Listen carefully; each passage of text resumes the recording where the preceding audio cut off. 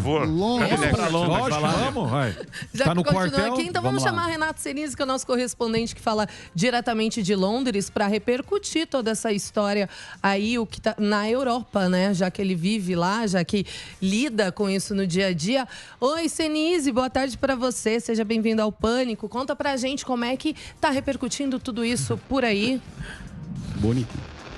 Olá, Kalina. Olá, pessoal do Pânico. Que aula do professor Gunter, hein? Tava aqui acompanhando, realmente foi muito legal de acompanhar. Tava quase não querendo entrar para ficar assistindo a discussão com o professor Gunter. Mas aqui na Europa também a polêmica é muito grande, né? E todos encarando como um grande fiasco também, principalmente na Alemanha. Na Alemanha foram vários fiascos, né? Até o ministro do Exterior, o Heiko Maas, foi o primeiro a admitir que a Alemanha errou na avaliação, né? Errou na velocidade que o Talibã poderia tomar o poder no Afeganistão. A previsão era lá para o final de setembro, acabou acontecendo agora. Ele disse que foi um erro do governo, das autoridades, dos serviços de inteligência e de toda a comunidade internacional. Esse foi o primeiro fiasco. O segundo, demora para enviar aviões de resgate. E o terceiro e maior fiasco, que tem sido muito criticado pela oposição, pela imprensa, é que o primeiro avião de resgate alemão que chegou em Cabul acabou decolando com 7 passageiros. O plano era mais de 150 passageiros, mas apenas 7 passageiros embarcaram, primeiro para o Uzbequistão, depois para a Alemanha. As autoridades alemãs justificaram, falando que na madrugada de segunda para terça, o aeroporto de Cabul estava aquela bagunça, né, que a gente ficou sabendo, muitos tiros, muita violência, então não teve tempo do avião ficar muito tempo na pista. Acabou dando tempo só de embarcarem 7 pessoas e isso acabou sendo considerado um grande fiasco. A situação se normalizou no aeroporto de Cabul, os aviões alemães continuaram chegando. Hoje, 4 aviões são previstos, mais de 260 alemães já embarcaram do Afeganistão, então primeiro fazendo a escala no Uzbequistão e depois indo para Berlim, indo para a Alemanha. E no Reino Unido hoje teve reunião extraordinária, sessão extraordinária do Parlamento. O Parlamento estava em recesso, estava em férias. O primeiro-ministro Boris Johnson exigiu essa sessão extraordinária justamente para tratar o assunto do Afeganistão e ele foi muito criticado até pelos pares dele, até pelo pessoal do Partido Conservador. A Theresa May, a ex-primeira-ministra, que era a primeira-ministra antes do Boris Johnson, disse que a justificativa do Boris Johnson de tirar as tropas britânicas, porque não tinha como elas permanecerem lá, porque as tropas americanas saíram, não se justifica. Que o Reino Unido deveria ter negociado com outros países, negociado com a OTAN, negociado com a ONU, mantido as tropas lá, porque, segundo a Theresa May, foi esse o grande motivo, e é claro que foi mesmo para o Talibã voltar ao poder no Afeganistão. E agora, segundo a Theresa May, terroristas vão voltar a desembarcar no Reino Unido. Faz tempo que o Reino Unido não sofre atentados, né? Então esse é o grande medo da Theresa May e dos pares do Partido Conservador, do partido do primeiro-ministro Boris Johnson. Então, basicamente, todos os governos sendo criticados aqui. Político agora é complicado, né? Político, filho feio, político não assume. Exatamente. Filho feio, político, não é meu não, é dele. Mas você tocou num assunto, teve vários atentados terroristas já em Londres, na Inglaterra, pela história. A segurança está sendo reforçada, eles já estão fazendo alguma coisa, tem alguma medida para isso? Não, ainda não estão se falando em segurança, estão se falando em refugiados, né? Esse também é depois resolvido o problema, né, que foi falha dos governos e não analisarem direito, avaliarem direito a situação no Afeganistão, agora a discussão já é o que fazer com os refugiados.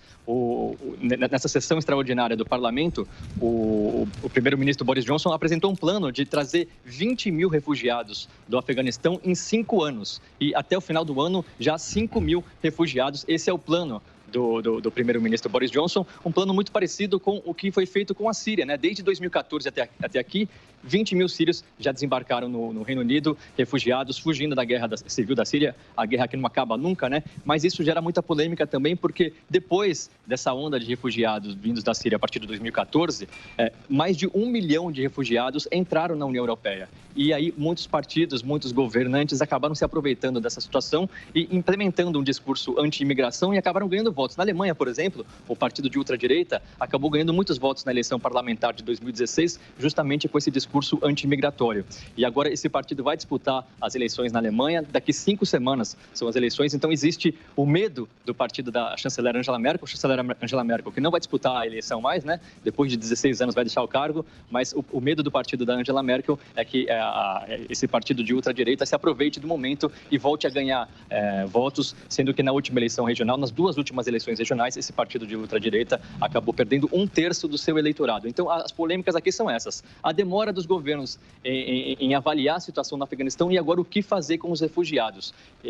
Um discurso muito mais conservador está sendo adotado. A própria Angela Merkel, que abriu a fronteira da Alemanha para os refugiados sírios em 2015, já disse que dessa vez será diferente, a situação será mais controlada e será menor também a entrada de refugiados. Renato, queria mudar um pouco de assunto. Lógico que não. Para Covid. Covid? Não, pera lá. Posso fazer então a última? Espera lá um pouquinho. Não, então, eu não queria mudar totalmente. A gente vai falar de Covid. Não, porque eu queria saber lá da Europa. Não, mas então, eu quero saber. Então, eu quero saber eu quero saber porque o Senise ele tá lá. Sim, ele tá em imagens, ele tá em... Você acha que a maioria da população... Porque esse é o grande problema da Europa, são esses refugiados. Se a Europa não resolver isso, vai ser um problema... A gente viu aqui, mais ou menos parecido, com os venezuelanos. A gente teve aqui um problema... Não sei se vocês lembram um tempo atrás, que o venezuelano vinha, ficava naquelas tendas, e aí o local não gosta muito. Como é que o afegão médio aí,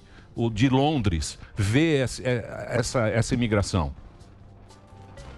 O afegão médio aqui de Londres vê a imigração com bons olhos. Agora, o britânico médio aqui de Londres já não vê com tão bons olhos. É uma situação meio dividida, para falar a verdade. Por quê?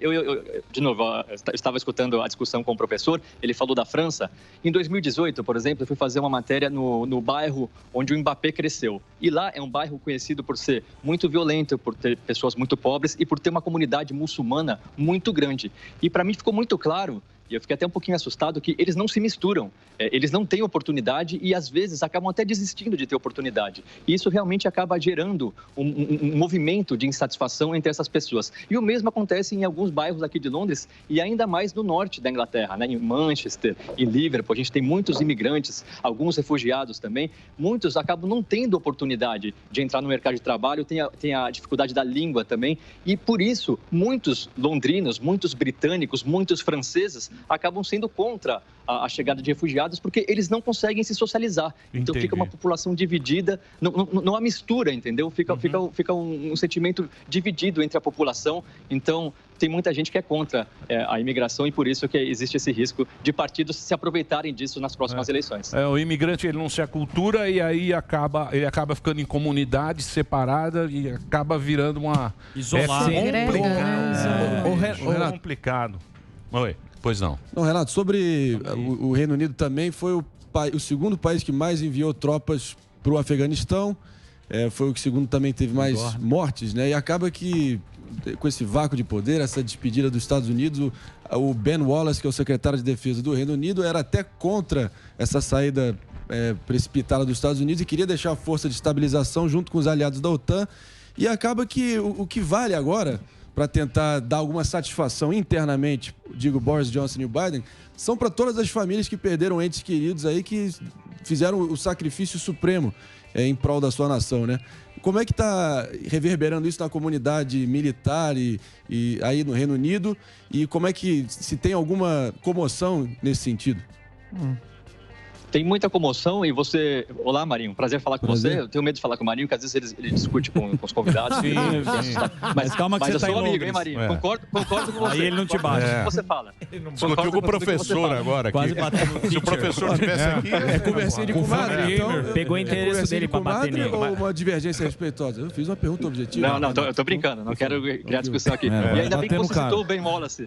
Marinho, você citou o Ben Wallace. O Ben Wallace, inclusive, se comoveu. Ele quase chorou em uma entrevista, justamente falando que o Reino Unido não vai conseguir trazer todas as pessoas que ajudaram as tropas britânicas nesses 20 anos de ocupação. Ele chorou dizendo que não vai conseguir, que infelizmente pessoas vão ficar para trás. E o Ben Wallace sempre tentou manter as tropas britânicas em solo afegão e o Boris Johnson não ouviu o Ben Wallace. Agora, o Boris Johnson tem um discurso completamente diferente, né? Inclusive, nessa sessão de hoje, nessa sessão extraordinária, ele disse que o Reino Unido é extremamente grato a todas as pessoas que ajudaram os britânicos no Afeganistão. A gente está falando de tradutores, a gente está falando de pessoal que ajudou com logística, detetive, muita gente acabou ajudando, né? Então, agora o Boris Johnson está falando que vai trazer todo mundo que for possível, só que, de novo, é muito tarde, né? Essa discussão existe já há 2, 3 meses, desde que os Estados Unidos resolveram tirar as tropas do Afeganistão e, com isso, o Reino Unido também e todas as forças da Alemanha, da OTAN. Todo mundo já falava que essas pessoas estavam ficando para trás, elas já estavam sendo ameaçadas pelo Talibã. Era uma questão de tempo. Então, esperou-se a bomba estourar para aí o primeiro-ministro Boris Johnson mudar o discurso e falar que não vai deixar as pessoas para trás, que é eternamente grato, mas realmente o próprio Ben Wallace já admitiu que é tarde demais. Infelizmente, algumas pessoas serão deixadas para trás.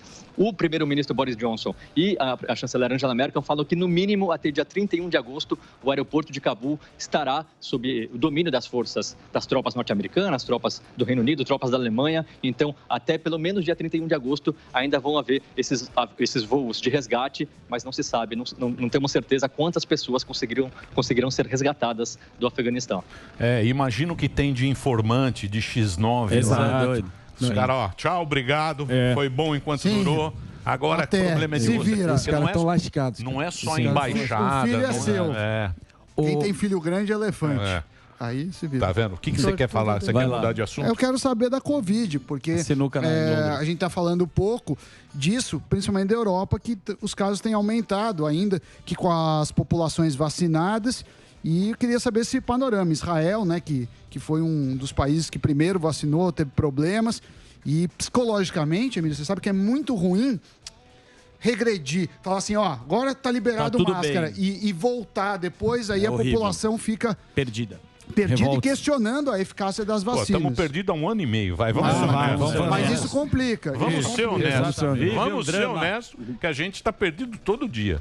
Mas pode falar, Renato. Grande Renato. Eu vou dizer que aqui no Reino Unido a gente passa boa parte desse 1 ano e meio perdida também. Muitas medidas são tomadas e o governo muda de opinião 2 semanas depois. O Sami falou de Israel. Israel teve que mudar, mas pouca coisa, né? Por exemplo, as pessoas tiveram que voltar a usar máscara em recintos fechados. Convenhamos, não é um grande esforço você usar máscara em recinto fechado. Mas Israel também já está aplicando a 3ª dose da vacina na população com acima de 60 anos, justamente por causa disso, por causa do aumento de casos. Inclusive, o primeiro-ministro fala que o aumento de casos é principalmente na população acima de 60 anos. Tem um probleminha aqui, que sempre dá um problema ao vivo, então acho que eu resolvi. Tá. Pode falar. Voltou, né? Voltou. E aqui no Reino Unido, realmente está crescendo o número de casos. Nas últimas 24 horas foram 27 mil casos. Se a gente falar de um mês atrás, esse número girava em torno de 15 mil casos. O número de mortes também cresceu, foram 170 mortes nas últimas 24 horas, mas ainda é um número controlado, justamente por causa da vacinação, né? Fica muito claro aqui no Reino Unido que o número de casos cresce um pouco, principalmente por causa da variante Delta, mas a vacinação impede que esses casos se tornem mais graves. O Reino Unido já adotou, né, a última das três etapas de abertura da economia. Faz mais de um mês existia o medo de que o governo fosse voltar atrás mais uma vez, né? Foram 3 lockdowns aqui no Reino Unido, mas por enquanto, como eu disse, os números acabaram crescendo um pouco. O próprio governo avisou que os números iam crescer, mas ainda o governo acha que 170 mortes por dia é um número controlado. Agora, a discussão na Europa é muito em cima do certificado sanitário também, né?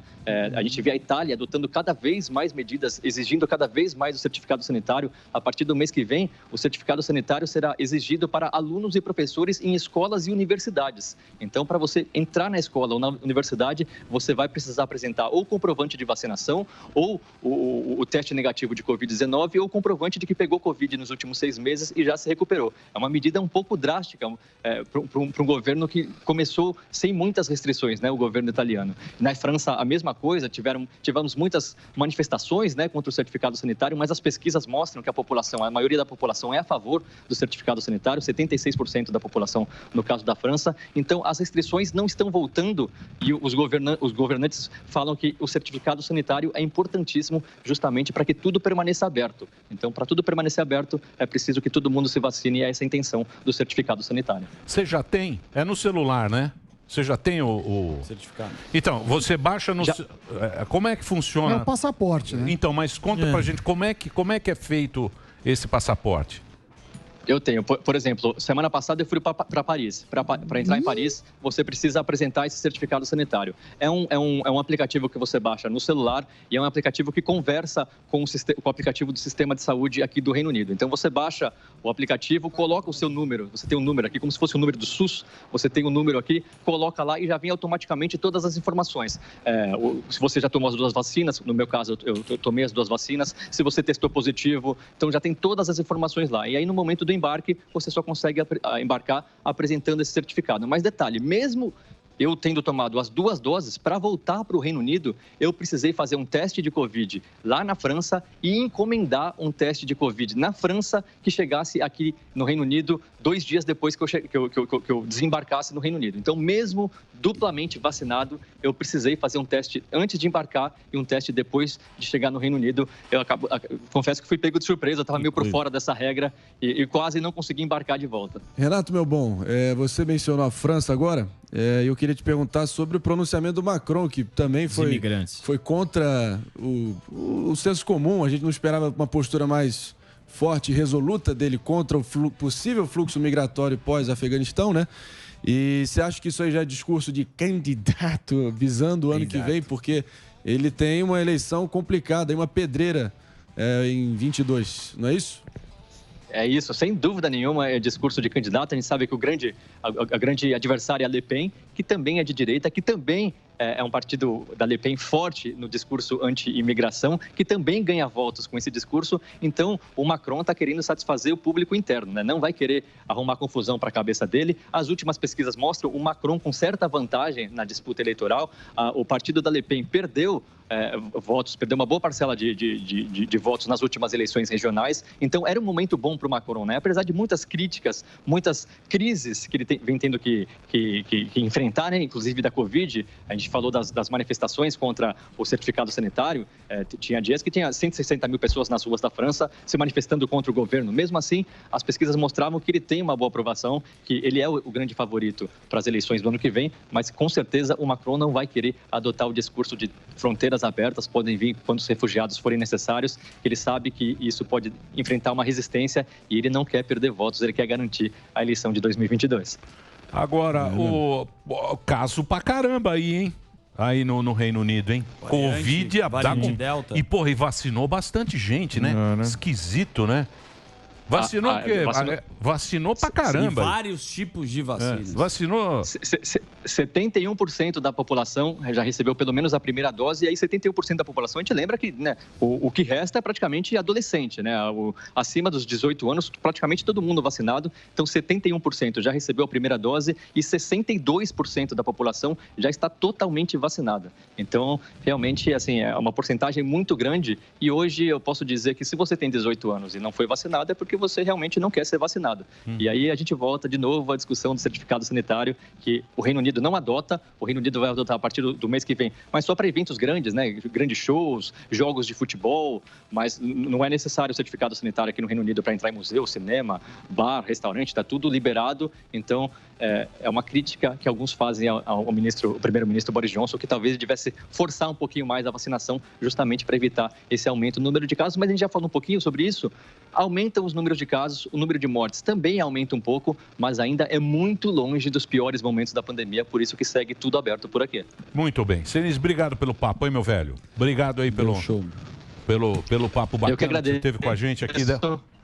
Valeu, obrigado aí. Vou passar aqui a rede social aí do Renato Senise, para quem quiser entrar em contato direto com ele. Tá aí, ó, Renato_Senise. Você entra, é o Instagram dele. Faz boas matérias, ele tem matérias de esportes. Sim, exato. Vou dando Mbappé, se quiser acompanhar na rede social dele, tem muita coisa legal. Super atualizado, né? Respondeu tudo na ponta da língua. Você viu? Moderno. O cara não deixa o fio, tem sem buraco. É.